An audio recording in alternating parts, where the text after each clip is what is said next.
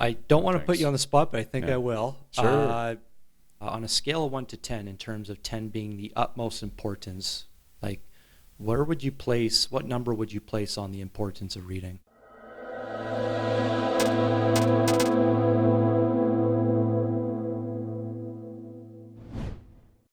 So why would you say reading is important? Oh, well, I think reading is important just because, it keeps us informed about the world, and especially reading books. I guess that's a big one. Reading books and keeping yourself well informed. Because if you don't read, I know that not everyone is an avid reader, but I think it's important to read because it keeps you aware of the world around you and the things that are going on. Even if you're not a big reader, it's important to stay informed, because if you don't stay informed, it can kind of lead rise to ignorance. Because if you don't know what's sort of going on around you, you're going to start to form opinions basically based on incomplete information. Because if you haven't read the information, you're going to start making assumptions. What about the people that don't read books? They just go on social media, they just scroll down and they read blog posts, they just get their quick tidbits of information. Is that enough or I don't think it is enough. no? Because, like if you just read, because especially if these days, if you're going to read on, like, say, social media, or even news increasingly to a degree, if, let's say you open up Facebook and you just scan some of the headings, because a lot of people, you see them go on there and they comment, but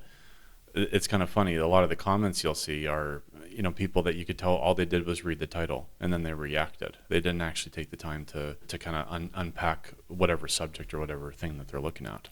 So maybe You know? maybe the topic probably could have been taken a step further, because yes, reading is important, but I guess everyone does read to a certain extent, but I guess it's maybe how often and what you read. Because yeah, the person that's reading all these books versus the guy that's just reading blog posts or articles, I don't know. It's hard to measure.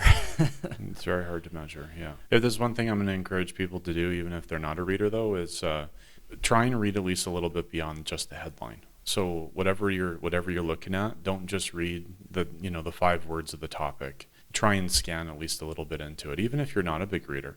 And I'll say to people that even if they are not readers, right, their books come in many forms nowadays. One form in increasing popularity are audiobooks. If you're not a big reader of the written words, there's plenty of audiobooks out there where you could be driving to work. You could be, just say sitting at home with a cup of coffee or out on a walk or whatever. You don't necessarily have to have the physical book in front of you anymore, or physical written materials. You can listen to information. It's a really unorthodox way, but like there's people with like unlimited data plans, right? So they'll get their YouTube rocking on their phone, and whatever it be, like a 2-hour podcast, and they'll just play it that way. And yeah, because we're so busy now, you're right, audiobooks are really exploding now, and it's almost weird now. It kind of puts like ebooks in quite a precarious spot right now. But I personally think reading is important. Obviously knowledge, and that saying knowledge is power, I think there is a little bit of truth in that. At least there's a bit of an authority in how you speak and what you speak, because you actually have this knowledge.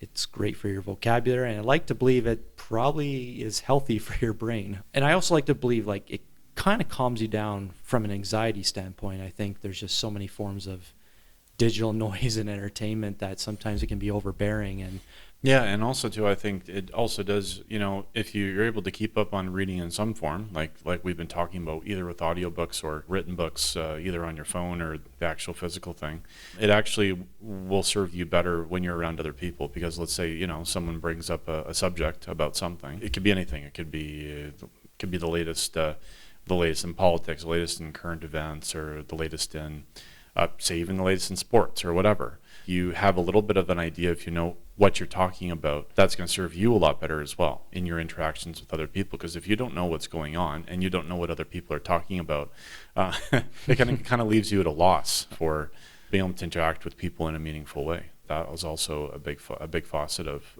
kind of a big upside of reading in some form, and keeping yourself kind of up to date. I don't want to put Thanks. you on the spot, but I think Yeah. I will. Sure.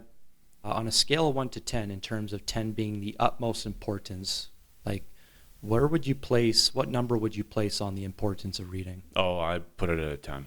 Yeah. Yeah, especially in this day and age where we're living in an age where people, they don't necessarily want to think, right? They don't necessarily want to say, think about the big issues or whatever. And well, laziness breeds ignorance in a way, right? Mm-hmm. It does. So it's so important that people, like I said, not everyone's a reader, but you can find ways of staying There's other informed. ways. Yeah, absolutely. Yeah. Yep. Yeah.